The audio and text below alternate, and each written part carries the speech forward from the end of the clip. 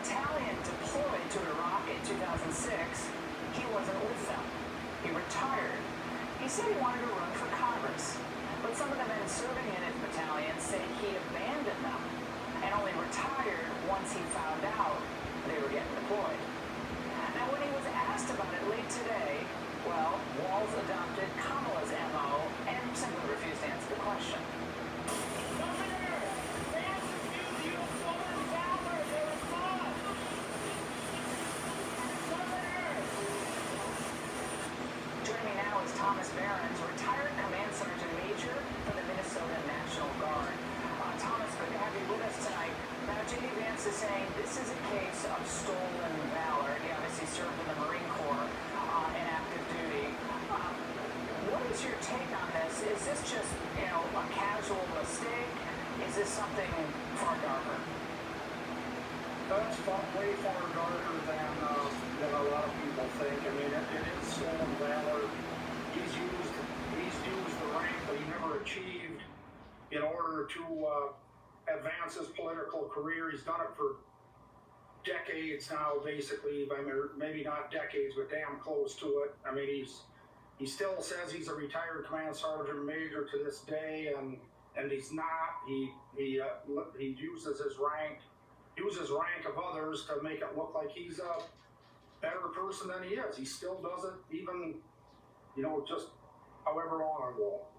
Well, to that point, just so everyone understands what we're talking about here, on his biography, on his campaign website, and even on the Minnesota website, it lists him, Governor Walz, as a retired command sergeant major. And his governor's bio says the same thing. It even says that is the rank he retired at. I mean, that's just a fact. You did or didn't. But again, the Minnesota National Guard told the Angle he retired as a master sergeant. Now, for people who don't have any military background, they might think, command, sergeant major, master sergeant. Why is that such a big deal? Tell us why that's such a big deal. Well, it's a big deal for the simple fact that in order to, when you get conditionally promoted to command sergeant major or sergeant major, you're signing a document that states that you will complete the United States Army Sergeant Major's Academy, which is technically a two-year college course almost. And if you don't complete that, you don't get the rank. So you basically get reduced.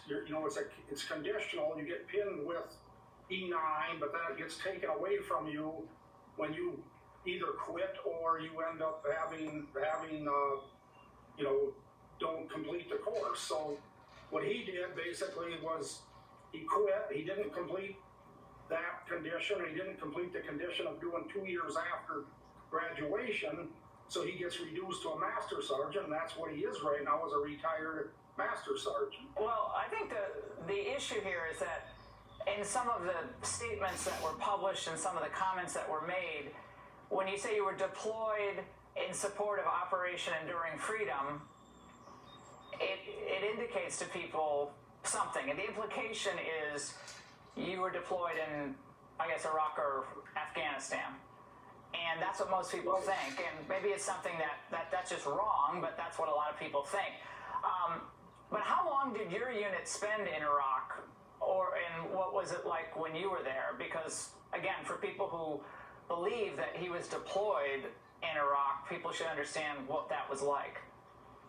Well, going back to what you said, I mean, technically in the old days, Operation Enduring Freedom was Afghanistan, and Operation Iraqi Freedom was Iraq. And he spun this, where we were in support of Operation Enduring Freedom, and the people in the unit that he was at in Italy were, supposedly going to get deployed to Afghanistan. I mean, there's documents out there that state some of those lies, and the 173rd Airborne was in Italy. That's their base, home base, and they actually air assault, or they parachuted into Iraq at that time. So I mean, his spin was a lie then, but back then, some of the party would basically say that they wanted to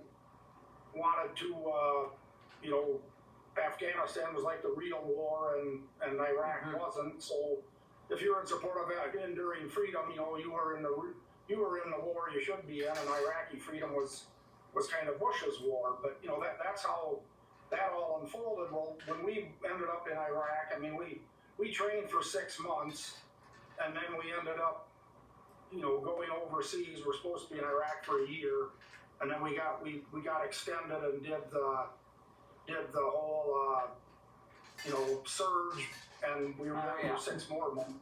17 months total. Yeah, 2006 I was there in February of 2006 just for 2 weeks, and it was getting very real and extremely, extremely dangerous. I know so many men were lost, and you were there. He also made a comment about going to war, which again, the implication being, well, what it was for most people. Listen. I spent 25 years in the Army, and I hunt. And I gave the money back, and I'll tell you what I have been doing. I've been voting for common sense legislation that protects the Second Amendment, but we can do background checks. We can do CDC research. We can make sure we don't have reciprocal carry among states, and we can make sure that those weapons of war that I carried in war is the only place where those weapons are at. Now, Thomas, weapons of war that I carried in war. Right. Again, what does that mean to most people? I mean, in language matters. To most people, that would mean that he was actually in combat, carrying a weapon in a combat zone and getting combat pay and in a dangerous hostile environment where he was getting shot at. I mean, if he thinks Italy was a combat zone or a war zone and he was carrying that in war, he's delusional. I mean, that was all said, just like him saying he was a command sergeant major, just another way to embellish his career beyond what it was, stolen valor for the people that actually were in war, and he's acting like he was in war. Well, yeah, he carried an M16 back when we were in, I don't know, maybe he never even had the thing out of the supply room in Italy. I would really doubt if he ever did. I don't think I ever had my weapon out in England. My soldiers did, but I was out there making sure that they had food and making sure that they had a good place to sleep and made sure their leave. I mean, that's what a first sergeant does in a deployment like that. I mean, you're in charge of leave and passes and duty roster and different things like that. I doubt he even took his damn rifle out in Italy. Thomas, you lost men, I believe, when you were deployed. Yes, we did. And how devastating of a loss was each life deployed without having to, play around with the language here? Well, it is something that is with a person every single day to this day, and will be with us, with all of us in that unit until the day we die.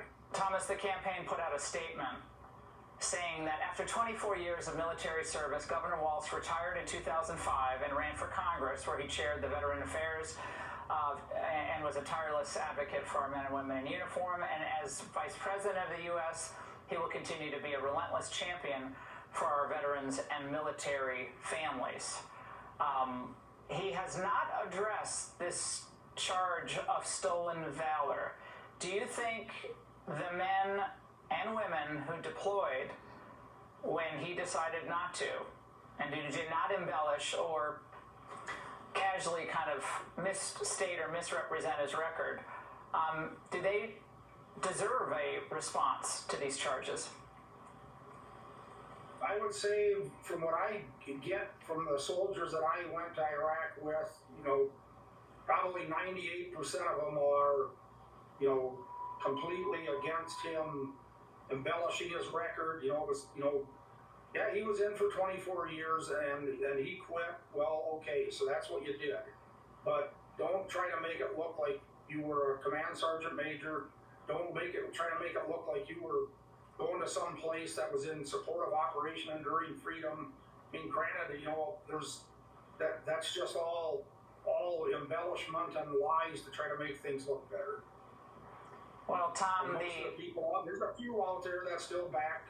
Yeah, he could retire. He had 20 years in. I mean, That No, is he served. There's no doubt about it. He served, but there's no need to embellish your record or leave out key details. right. And Tom, you can serve 24 mediocre years and be in a frumpy uniform and do your 24 years, but that's not turning you into a super soldier that did what he thinks that makes it look like he did. well, as Tom, all I know is that every command sergeant major I've ever had the privilege of meeting, the coolest, highest-ranking enlisted officer. Am I getting that right? In the Army, am I getting that right? And they just get it done. Yeah, you're They get it humbling me by saying that, but that is the point, and that's the point that he knows that, and that's why he wants to use that title as his campaign, rank, because that, people look, like you said right there, people know that in the movies and everything. I mean, if you're the CSM, you're the guy that, get the hell off the grass, and and you're right hand man with the colonel doing his thing. I mean, it's really it's an unbelievable rank. You can do so much for your soldiers and so much for your country at that rank. It's unbelievable. And for somebody to step down at that position and then claim they still were that's just absolutely terrible. That's appalling. Tom, thank you so much for your service to the country and all those who served with you and those who did not return and their families tonight. Thank you so much.